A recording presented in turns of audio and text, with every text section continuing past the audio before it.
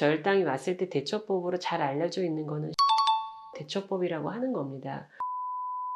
안녕하세요. 저는 분당 서울대병원 내분비 대사내과에 있는 최성희입니다.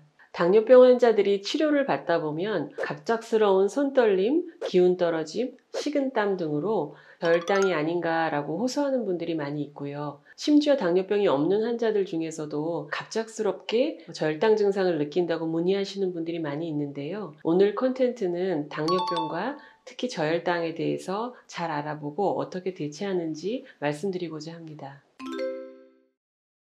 저혈당은 혈당이 정상적 이하의 수치까지 떨어지는 것을 얘기하는데요. 보통은 당뇨병 환자에서 혈당 70mg/dL 이하인 경우를 저혈당으로 얘기를 합니다. 실제 사람들이 저혈당에 이제 빠지면 몸이 반응하는 단계가 있는데 사람의 몸은 항상 보상적 기전으로 작용을 할 수 있게 돼 있는데 먼저 저혈당이 그렇게 심각하게 떨어지기 전에 여러 사람들이 느낄 수 있는 자율신경 증상, 즉 뭐 손이 떨린다든지 식은땀이 난다든지 뭐 기운이 없어진다든지 뭐 가슴이 많이 뛴다든지 이런 것들은 이제 자율신경계 반응으로 자연적인 어찌 보면 보상 기전으로 나오는 겁니다. 그런데 혈당이 정말 50 미만 이렇게 떨어지기 시작하면 뇌에서 혈당이 부족하게 되면 의식이 없어지거나 평상시에 전혀 하지 않던 이상한 행동들을 하거나 감각 이상이 느껴지거나 말이 어눌해지거나 그 뇌에도 당이 부족한 현상들이 나타나게 됩니다. 이것이 이제 전조 증상이라고 얘기할 수 있겠는데요. 그래서 환자분들께서 식사를 자주 거르거나 아니면 당분을 너무 제한적으로 섭취하거나 평소에 안 하던 운동을 갑자기 세게 한다거나 이럴 때 느끼시고 당분을 섭취하시고 하는 과정을 거치셔야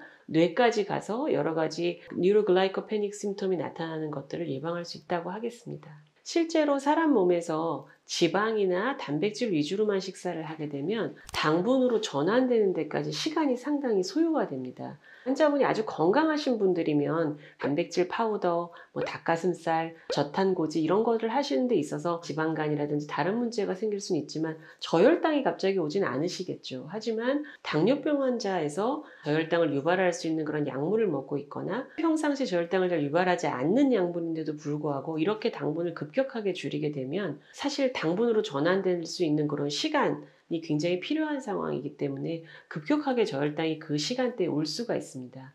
또 어떤 분들은 안주도 거의 안 먹고 술만 막 복용하시는 그런 경우도 저희가 마찬가지 케이스인데요. 그런 경우도 중증의 심각한 저혈당이 오는 경우들이 있습니다. 전문의랑 상의해서 잘 쓰셨을 경우에 굉장히 약한 당뇨병 약제들이 많습니다. 그러니까 식사를 제대로 하시고 특별한 어떤 이벤트가 없으면 거의 저혈당이 생기지 않습니다. 그래서 이런 약들만 복용하는 경우도 있으실 거고 하지만 인슐린 주사를 맞게 되거나 아니면 설포닐유레아라고 하는 종류의 당뇨병 약을 먹고 계신 분들은 항상 저혈당에 유의하셔야 됩니다. 그러니까 식사를 거르시거나 당분이 너무 적거나 평소에 안 하시던 운동을 많이 하거나 식사를 안 한 상태에서 외출을 나갔거나 이랬을 때는 환자분 본인께서 인슐린이나 설포닐유레아 효소제를 먹고 계신 그런 경우는 항상 저혈당이 나한테 생길 수 있다거나 하는 경각심을 좀 가지고 있으셔야 되겠습니다.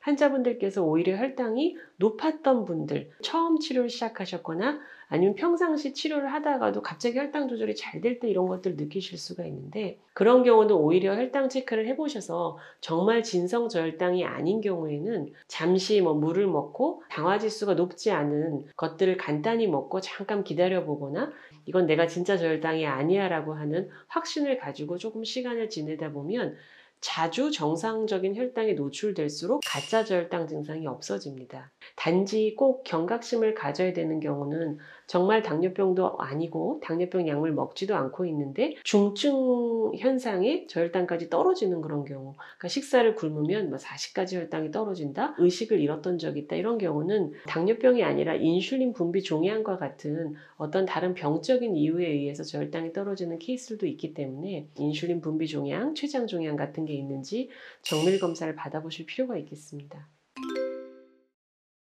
저혈당이 왔을 때 대처법으로 잘 알려져 있는 거는 15-15 대처법이라고 하는 겁니다.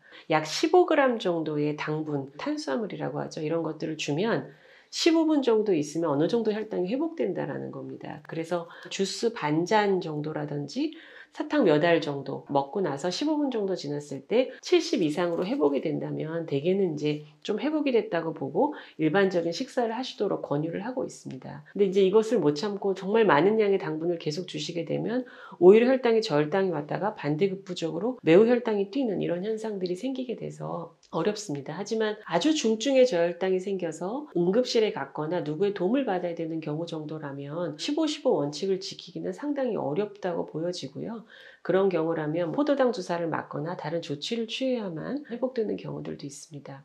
왜 그렇게 알려졌는지 모르겠는데 저혈당이 오면 초콜릿을 먹어라 라고 알려져 있는 것 같습니다. 미국에는 사탕이 있습니다. 그것을 한 5알 정도 먹게 되면 15-15 그 원칙에서 회복이 되게끔 이렇게 돼 있는데요. 실제로 사탕, 꿀, 설탕, 주스 이런 것들은 저혈당 대처법으로 사용될 수 있는데 초콜릿, 아이스크림 이런 것들은 별로 적절하지 않다라고 말씀드리고 싶습니다. 왜냐하면 초콜릿, 아이스크림 같은 경우는 지방이 많이 함유되어 있어서 바로 혈당을 올리는데 사용하기는 조금 부적절합니다. 오히려 단순당이라고 하는 혈당과 연관된 그런 제품들이 훨씬 더 빨리 당을 올릴 수 있어서 여유가 있는 경우는 모르겠지만 빨리 혈당을 올려야 되는 상황에서 초콜릿과 아이스크림 같은 지방을 많이 함유한 음식은 적절하지 않다고 말씀드리겠습니다. 고혈당은 한두 번 노출되었다고 사람이 사망하진 않습니다. 하지만 저혈당은 의식이 없는데 아무것도 조치를 하지 않고 방치되었을 때는 바로 사망에 이를 수 있기 때문에 이제 굳이 어떤 한 번의 위험도를 따지고 생각하면 저혈당이 더 위험하다고 생각할 수 있겠고요.